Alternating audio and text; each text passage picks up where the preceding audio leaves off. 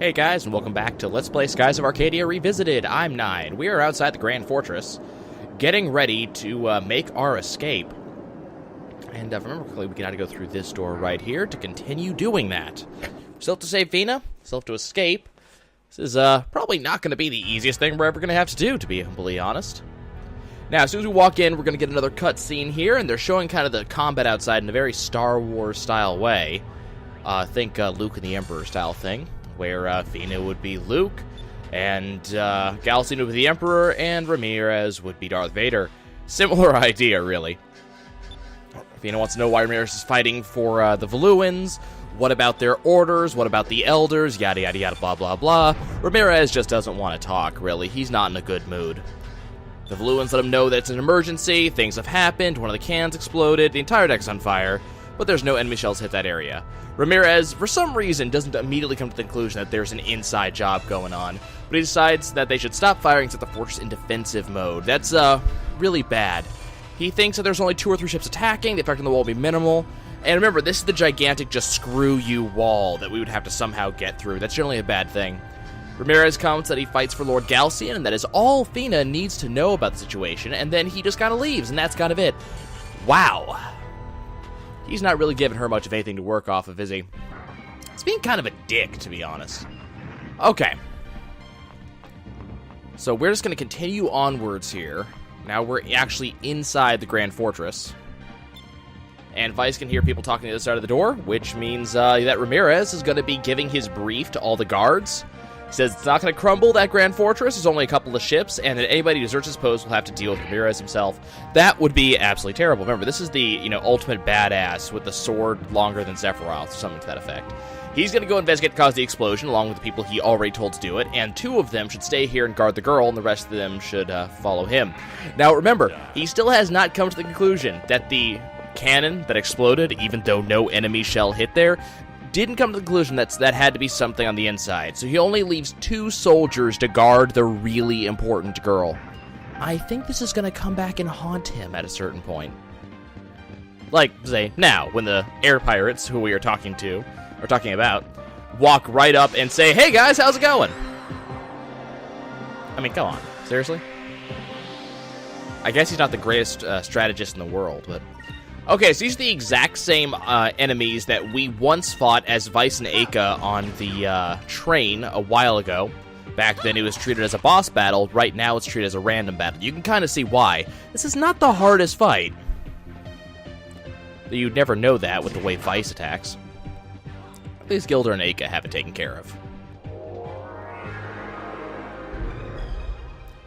Here comes Electrum. We get a line drive down through Vyse and Gilder. But we have so much health at this point that 285 damage is not really much of anything for me to be concerned about. He's got a counter stance. It's fine. He's dead anyways. I mean... doesn't really matter. Damage to everybody on screen, and everybody dies. And that's it. End of story. So hard. That was easy. Okay. So, mini, fight done with, right? Continuing on through, and we're going to go find Fina. We also found the harbor key in the pocket of the Valuan soldier. Well, isn't that convenient? I wonder why he had that. But inside this room, over there by the windows, there's Fina. She's amazed to see us. She's just so happy to find us here. Is she okay? Well, yeah, she is. Except, a little bit of emotional trauma because she keeps on getting kidnapped. She's almost bad as, what's her name, Daphne from Scooby-Doo? The first time he rescued her, she was really surprised to see him. The second time, she knew that he would come for her. She knew he would find her. Oh, that's just so, sappy and nice. Actually, no, this is the 3rd time we've saved her. That's right. He swears on his oath as a Blue Rogue that he will do everything in his power to keep her safe. That's probably terrible. That could lead to bad things. Good one, Vyse. I didn't know you were so smooth with the ladies. Wonderful, Gilder. And he, looks over at Aka. Remember, Aka has the bedroom eyes over here. Looks over at Aka and wonders, wonders if she's jealous that if she wishes Vyse would say something to her. And she just comes and she doesn't need to hear him say those things, that he would do the same for her. Vyse has got a harem building up here. Whenever she's in trouble, she has faith that Vyse will always be there to save her, and he already saved her once today. And Gilder has to, admit the point there, and wants to know if they can just run, which is probably a good idea. They probably should be leaving in some way. Since they're in the Grand Fortress, there should be Valuan ships docked all over the place. They can borrow one of those, and they should be able to reach the docks from the bottom floors of the fortress. They'll just have to backtrack a little bit. Now, keep in mind, so we'll take the elevator back down, look for a ship. Wonderful. Keep in mind, the plan here is basically a Captain Jack Sparrow plan. You're in the middle of enemy territory. Everyone there wants to kill you. Your response? Well, there's only a small amount of me and a ton of them. Let me go steal one of the big ships that takes a ton of people to pilot, and let's take that out. Ignoring the big rotating fortress that there's no way to get through and all that jazz. I mean, really now. What type of plan is this? Well, I mean, it's a pirate plan, obviously. It's a blue rogue plan. This is the type of plans these characters make. These plans that would, in reality, have no way to work. But, the four of them, at least one of which has little to no sailing experience whatsoever, Fina, the four of them are going to go ahead and go fly a Valuan warship by themselves. They're just going to sneak through the guards, and they're going to get there like that. Makes sense, right? So back down we go. And this is actually one of the cooler effects, in my eyes, of the game. Not the elevator, obviously. But as we ride down the elevator, time starts to pass, and you'll notice that it's... Here we go, there's what I'm looking for. So the actual Grand Fortress begins to spin.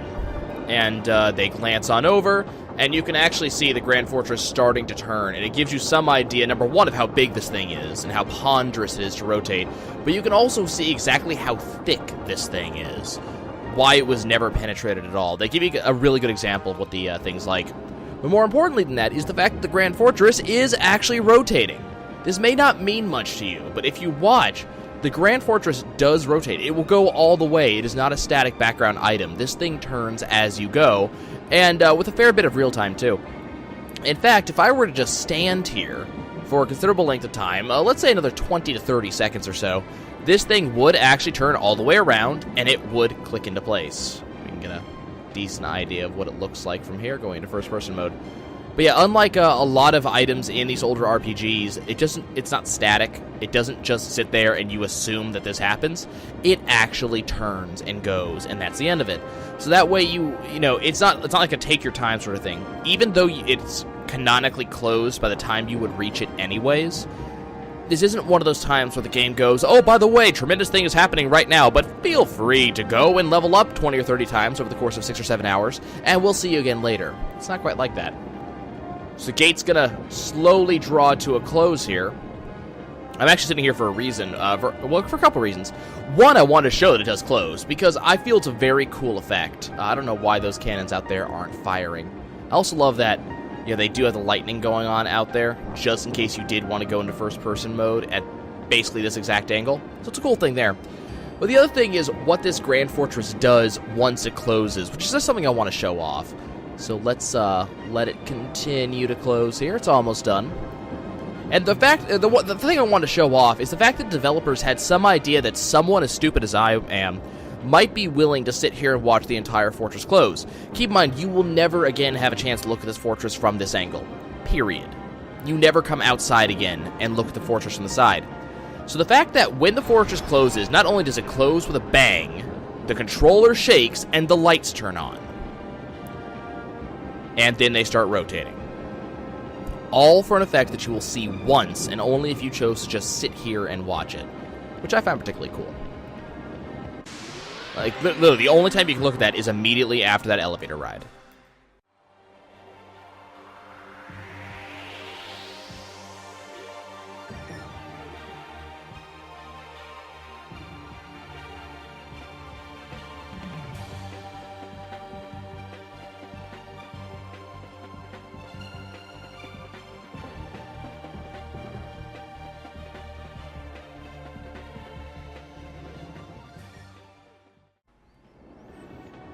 Okay, so now we'll just go through this door here, and thus leaving, we'll use the harbor key to open the door. That's what that key's there for.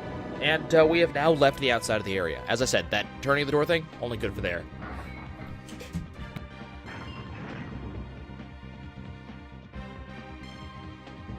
Had a sneeze. Okay, So this area is kind of interesting because those searchlights there, they actually do something. Those searchlights are not there for no reason. They actually do search for you. And if at any time you are spotted by the searchlights, I just snuck by there, you'll instantly be thrown into a fight. Just something to look into. It's a decent place to level up if you're under-leveled, which I don't imagine you'll be. Running all the way to the right here will net you this chest, which is going to be the Moonberry. I timed it kind of perfectly, and by timed it, I mean to use my Moonberries kind of perfectly, because now I have exactly 4 Moonberries at a time when I would want to have exactly 4 Moonberries, so I can unlock Vyse's next super move and last super move, Pirate's Wrath, which is a single-target, very heavy damage ability, kind of like Cutlass Fury on steroids. Let's go ahead and dodge all that, and we will continue up. I want that chest. These are the only 2 chests that you will find in this area.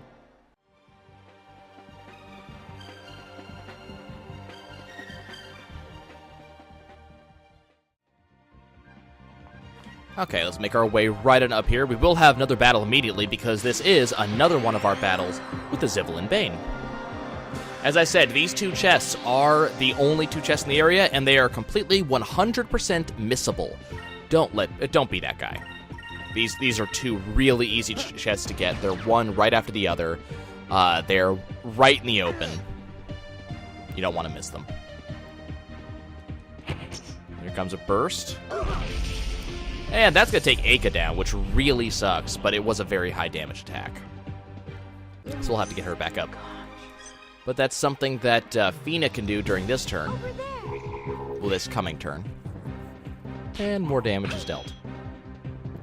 That's still a pretty high damage Zivelin Bane. Typically they aren't this damaging. Huh. Let's go use a Risen over there. Let's keep on attacking this thing. I'm more concerned with getting Egg up just for the experience than I am for anything else. Man, he just wants to take Fina out. He just does not want her to be alive. Give me strength.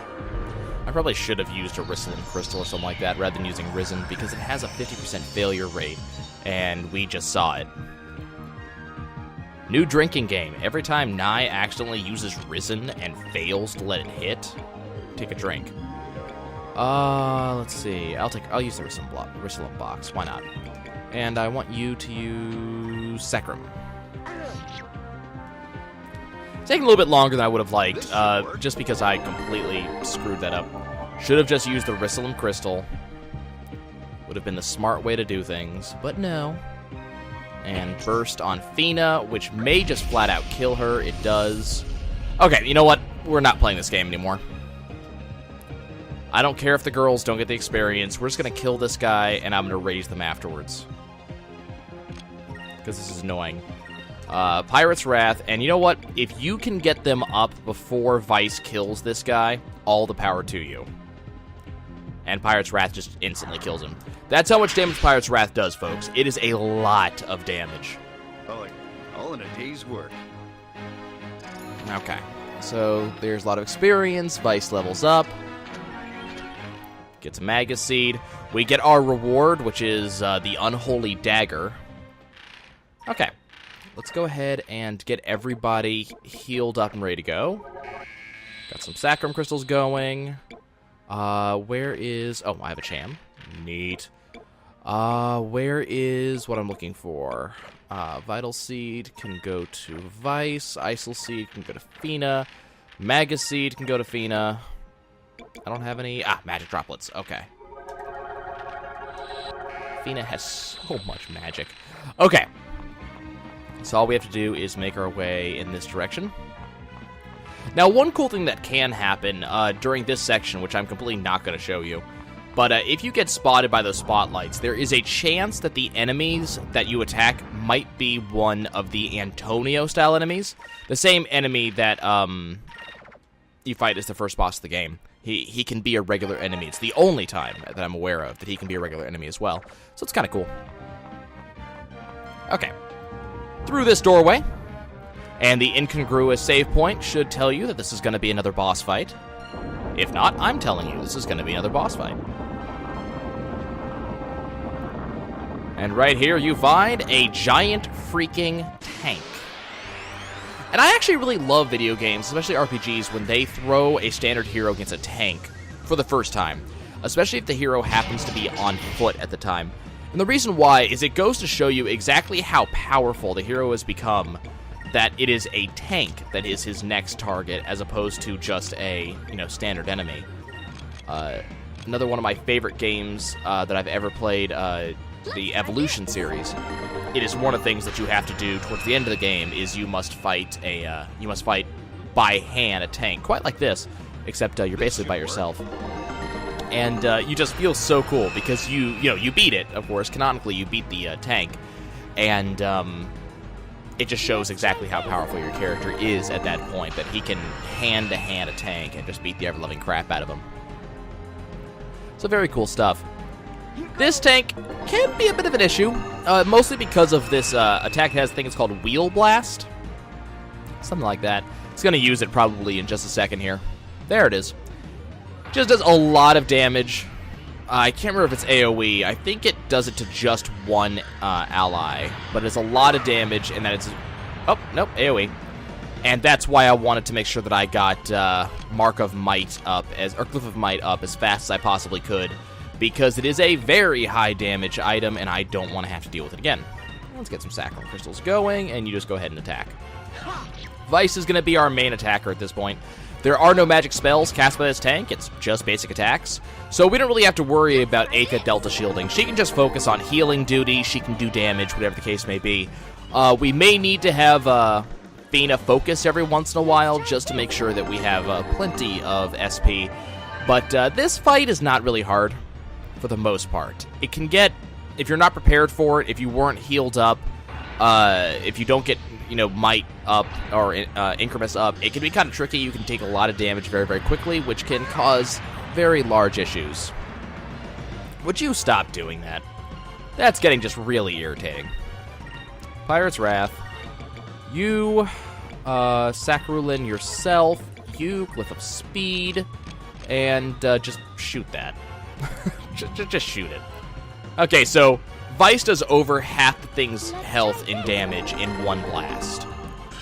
That's Pirate's Wrath is a very powerful thing. It is the second most powerful attack in the game, I think it's safe to say. Let's try this. Well, at least that your party can use. The first most powerful we will not get to use for a little bit, but really, really powerful ability. When you use it, the fight's basically over. As you can see, this took down half of this guy's health. Once you reach that point, you're good. Another Wheel Blast, so Aka's going to take a lot more damage to the face. She seems to take more and more damage every time that hits her. Okay, why don't you just Cutlass Fury that thing, because I think you should be able to kill it. You do an Alpha Storm. You give me a Sacrum just in case, and you don't have any special abilities. Haven't unlocked any of Gilder's special abilities. That's fine, though. I don't know if Alpha Storm's going to kill it. I'm not quite sure. No. Nope. Darn, I didn't think this thing would actually survive this round. I didn't even know this thing had a counterattack. Huh. The more you know. Okay, so Sacrum Crystal heals everybody up. If this thing Wheel Blasts Aka again... No, it's not going to. Okay. Counterattack! Yes! This thing is not dead. Are you kidding me? Okay, you know what? Just poke it. Sneeze on it. There, it's dead. Got a little bit hairy. I'm not gonna lie. That was a little bit scarier than I would have liked it to be. But at the end of the day, I agree with him. Okay. Get all of our stuff. We got 5 Sacrum Crystals. Woo boy. And now the alarm has gone off. They know where we are. And there's going to be a lot of tanks. In a few seconds, this place is going to be crawling with guards. And a gallant voice, he'll just get on the lift. Well, there's not really much of a choice, is there? Because if we don't, someone's telling us to get on that thing. I can't see what it is. What should we do? Let's take our chances and hop on, because there's nothing else we can do. We're going to get caught anyways. Oh, by the way, that was also a swashbuckler's choice. But if we just stick around, there could be more tanks on the way. We did just take out one by ourselves, but there could be more than one in the near future, and we don't want to have to deal with that, so up the lift we go. And up on the top, we find a regal young man, namely Enrique, the Prince of Valua. Hail. Introduce him pretty quick. Gilder knows exactly who he is. And remember, this is the guy who just helped us escape. Aka's confused. Enrique's amused. Lots of things ending in used. After we escaped from the cells, he figured that we'd try to steal a ship, and he's just going to lead us to one. Because Enrique is just that kind of dude. Vyse wants to know why Enrique's helping us, so does Aka, but they should probably follow him anyways, because they don't really have much of a choice. If they don't, bad things will happen. So Enrique just kind of leads them, down the Primrose Path. And down a corridor. Blacks out a little bit. And when they eventually get to their destination, they find themselves on a very nice-looking ship. A little bit barren for my taste. I prefer to have a map on that desk, but Enrique says we've probably already figured out that we're on the bridge of a ship. No, really, thank you. The wheel helped. But this is the Delphinus, the newest member of the Armada. It's his personal flagship. It is heavily armored, can still match the top speed of their cruisers, and is equipped with the weaponry of a heavy battleship. Vyse is impressed. It's the prototypes, and they'll be building a whole fleet of Delphinus-class ships. Keep in mind, the other ships they had, the ones that blasted Nasser, looked exactly like this one. Valua plans to use these ships to take over the world, what left there is. There's not really much world left to take over at this point. But, yeah, that could suck. I don't know, Gilder looks kind of impressed, too. He thinks that a whole fleet of the ships like this, Valua could easily be able to take over the world, especially since Nasrat has already fallen. This is a really good thing. There's no one else to really fight back. Yeah, so your royalness, there's still one thing I can't quite figure out. Why would you help us escape and then take us to the bridge of your personal flagship? Well, he's just gone off the deep end, that's all. Gilder has a good point. Of course he does. That's an excellent point. So, Prince, what would you like to say to us? What is your reasons for betraying your country to help a bunch of pirates? He wants us to take this ship because he's fallen in love with us. Wait, sorry, wrong movie. He wants us to take him with it. Are you serious? I'm sure he is. He just offered. He believes that Valua has been taken over other countries by force, destroying their lands, murdering the innocent, and that's probably very true. As a prince of the Valuan Empire, all of the innocent blood spilled by the Armada is on his hands. No, it's your mom's hand. She's the one that ordered it. Let's get this straight right now. She's the one that ordered it. You've been protesting the entire way, just no one listens to you, because, let's face it, you're a wimpy young kid. After all he's done trying to convince the Empress and Galcian what they're doing is wrong, but he cannot convince them to change their ways. It's a horrible, horrible thing. Everything he has tried has failed. He is powerless to stop them. His only chance for redemption is to aid us. I like his argument. I kind of listen. Please take him with us. He'll even go as a hostage. So we, obviously, the only swashbuckler choice is to take him at his word, because he's totally not betraying his own country, and therefore could betray me at any given time. Of course you can come with us.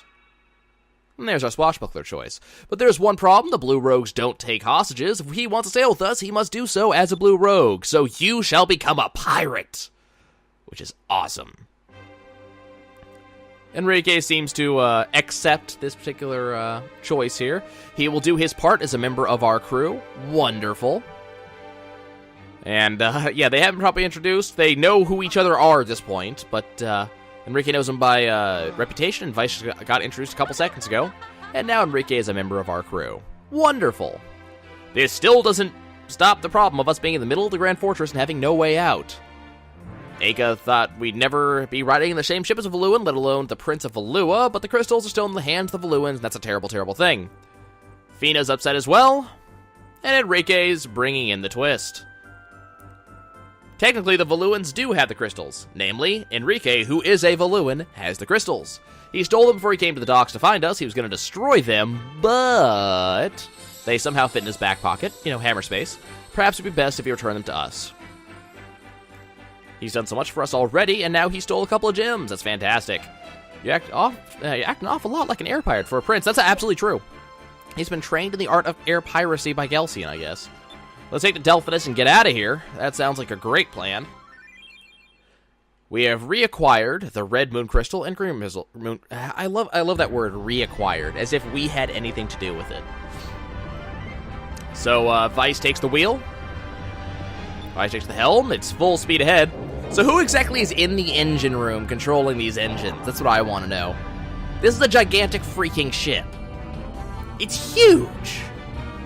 Who's, seriously, who's running this thing? Is it all automated? Is it run by computers? What exactly is going on? But this is one of the most badass times in the game, especially when you're a first-time player, because you realize that this ship is yours. You own this ship. Not only do you own it, but it is the Valuan flagship, the Prince's flagship itself, a prototype ship with its awesome power, and you just freaking stole it. Well, technically the Prince gave it to you, but let's face it, you just hijacked this ship. It's amazing. And not only that, but you're about to break out of the Grand Fortress for a second time, which is just pretty badass, too. I mean, this is just a day of badassery. Yeah. I love the just slow, ponderous turning, like I am going to screw with you all. Okay. So we need to somehow get through that wall. They've sealed off the entrance. Yeah, we sat there and watched it happen. Gilder wouldn't worry much about the fortress. The spot where he blew up the cannon should be weak, and okay. Hey, look at that hole over there. If this ship's got the firepower, the Prince said we should be able to blast our way out. That is absolutely true. So off we go. We are going to blow a hole in the Grand Fortress so we can escape. Look at that gigantic cannon. Enrique just wants to let us know that Delphinus is equipped with the Valua's newest, most powerful weapon. It's called the Moonstone Cannon, and until recently it was only an experimental weapon under development by Lord Deloco. He shot it at us a couple of times, and I imagine that it must be better than it was then because the Little Jack survived it. And that was a fishing vessel. He used data collected from the red and green Gigas to develop it. He says the cannon's power rivals the power of the Gigas themselves, but the manufacturing cost of this cannon is so immense that this ship is the only ship in the entire Armada equipped with one, apart from the Chameleon, which had one last time we saw it. That means this ship is as powerful as a Gigas. Aka can't believe it, and Gilder wants us to give it a test run. Just use the S-Cannon command and we'll be good to go. That sounds like a plan. Problem is, we need a little bit more SP than we're actually going to have on the first turn. So let's just go ahead and focus up so we can have it on the second turn. All we got to do is fire it once and the battle's over. Now keep in mind, this is the wall of cannons that destroyed the Nasser Armada the last time there was a war and someone fought it. We're one ship. I need to stress that. We're one ship. Just one. Prototype. Best ship in the fleet. Most powerful. One ship. But, yeah. So we're just going to fly straight at this wall. That sounds like a good plan. And it's going to fire a small cannon from the hole that we blew up. There's still a cannon in there, apparently, that's shooting at us. We're just going to go right in front, take evasive action, fly right in front of the really big cannons that should be firing at this point. I mean, I guess they don't want to fire on their own people. I kind of understand that. But I'm sure they could aim these cannons just a little bit better and actually shoot me. I don't know. See? It shot out of the hole again! There's still a cannon inside of there that's shooting at my ass. Well, it's fine.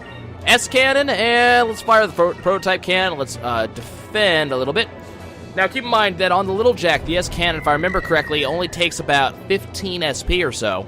On the Delphinus, it takes 20. That is because the Delphinus' S-cannon is kind of more powerful than the Little Jack's was. So let's bear that in mind. And it is time to fire off the Moonstone Cannon for the first time in this Let's Play. Ship holds itself in place. And kaboom. Big boom. Big flash. Atomic bomb style stuff. And that's the end of the battle. It is that easy. We get a lot of experience for doing absolutely nothing. We get some gear grease. 3,000 gold, which is nothing to us at this point. And off we go. We're just going to fly right through the hole that we just blasted in that wall. Check that out. And through we go. We didn't even scratch the paint. Yeah, we are all kinds of impressed.